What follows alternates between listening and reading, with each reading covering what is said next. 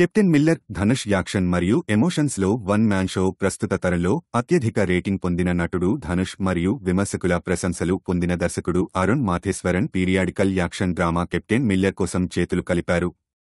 మరి ఈ Maverick combo sky high expectations ని ఫీల్ చేసిందా అనేది చూడాలి. ఈ చిత్రం స్వాతంత్ర్యానికి పూర్వం భారతదేశంలో ఒక వృద్ధురాలు విజి చంద్రశేఖర్ తన నిరుపేద తోటి గ్రామస్థులకు చెర నుండి విడిపించడానికి వారి దేవత ఒకరోజు ఉద్భవించిందని చెప్పడంతో ప్రారంభమవుతుంది.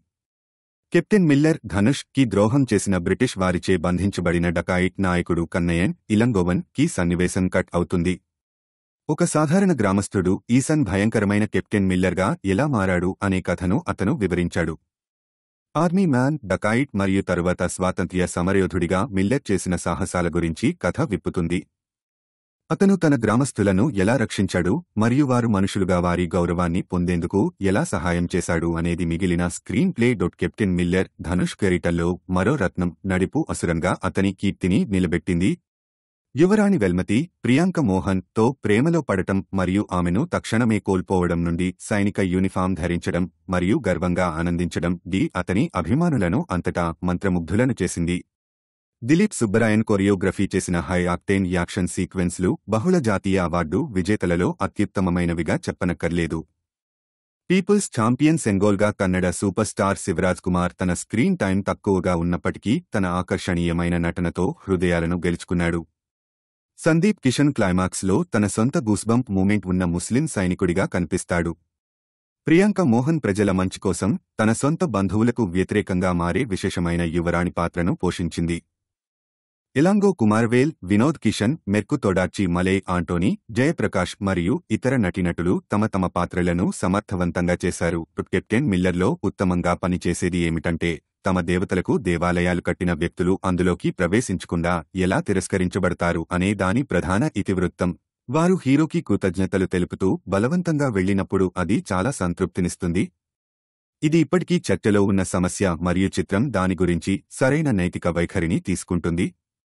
బ్రిటిష్ వారి నుండి స్వాతంత్ర్యం వచ్చినా సో-కాల్డ్ నిమ్న కులాల వారు ఉన్నత వర్గానికి బానిసలు అవుతారని ధనుష్ ఎత్తి చూపుతూ కొన్ని డైలాగులు అరుణ్ మాథేశ్వరన్ మరియు మదన్ కర్కి తలపై కొట్టాడు.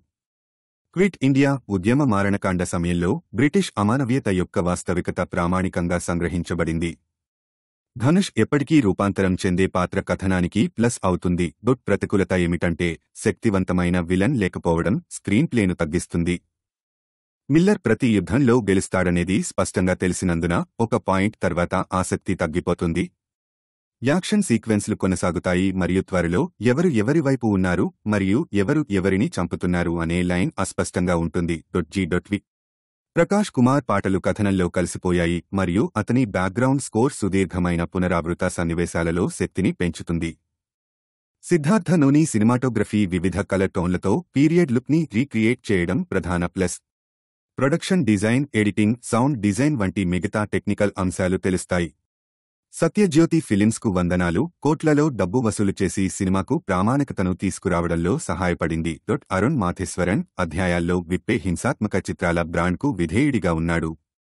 అతను ధనుష్ కోసం అతని ఎంట్రీ, ఇంటర్వెల్ బ్లాక్ మరియు అతని వాణిజ్య సౌందర్యాన్ని సూచించే క్లైమాక్స్ వంటి కొన్ని వీరోచిత క్షణాలను కూడా అందించాడు.